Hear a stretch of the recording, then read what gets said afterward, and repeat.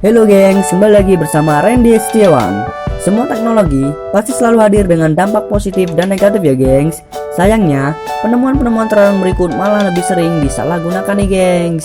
Siapa yang masih ingat dengan kisah tragis bom Nagasaki dan Hiroshima yang terjadi pada tahun 1945? Ya, itu merupakan pelajaran sejarah yang selalu dipelajari di bangku sekolah.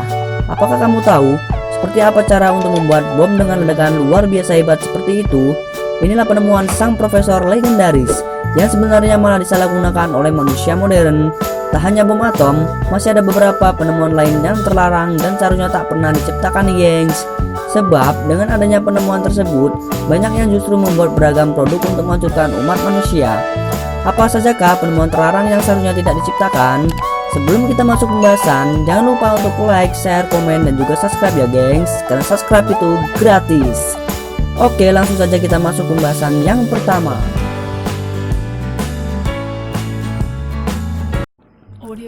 Pengeboman di dua kota di Jepang merupakan buah hasil dari ciptaan oleh Albert Einstein.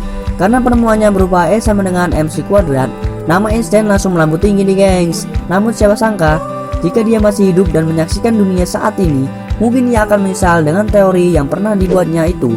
Sebab teori Einstein saat ini malah digunakan untuk pembuatan bom nih gengs.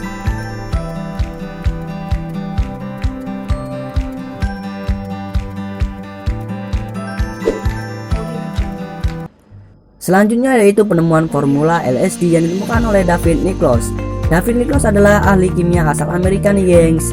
Ia telah mempelajari kimia selama 40 tahun dan pada akhirnya ia menemukan formula LSD atau asam lisergat dietilamida yang semula bertujuan untuk dunia medis, yaitu untuk pengobatan depresi dan penyakit Parkinson nih gengs.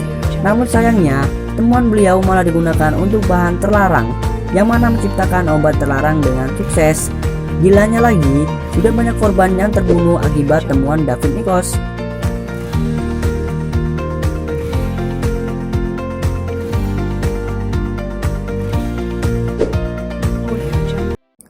Ada yang tahu dengan sosok Alfred Bernhard? Beliau merupakan seorang pemenang Nobel karena penemuannya yang luar biasa saat itu, yaitu dinamit nih gengs.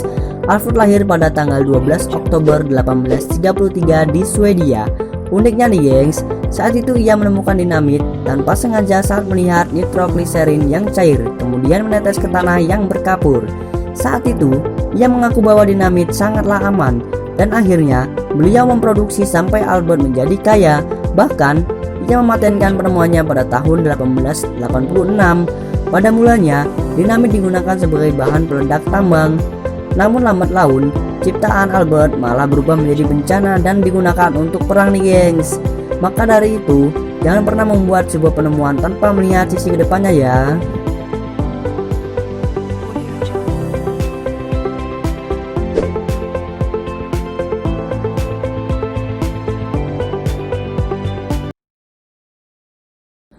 Penemuan mobil terbang sebenarnya tidak pernah diharapkan ya gengs. Kenapa?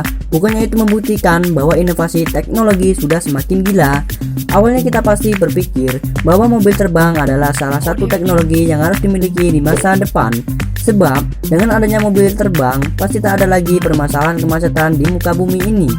Akan tetapi dengan adanya mobil terbang justru pasti akan timbul berbagai permasalahan baru, seperti bagaimana mengatur lalu lintas mobil terbang, mengingat nantinya jumlah mobil terbang akan semakin meningkat. Bahkan dengan adanya mobil terbang tentunya tingkat kecelakaan pun akan semakin tinggi ya gengs.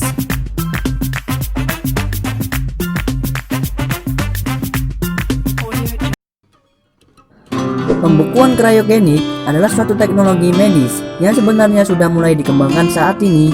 Setiap tahun banyak orang dibekukan, kemudian cairan kembali dengan harapan orang tersebut dapat kembali hidup meski sudah meninggal nih gengs.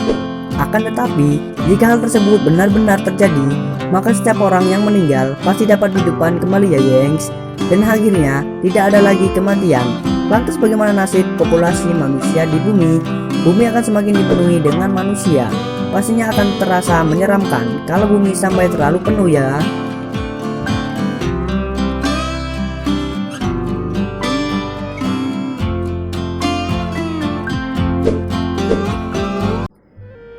Itu dia penemuan yang seharusnya tidak pernah diciptakan di kehidupan manusia. Semoga kamu yang merupakan calon penulis bangsa mampu menggunakan beragam penemuan tersebut dengan bijak ya gengs.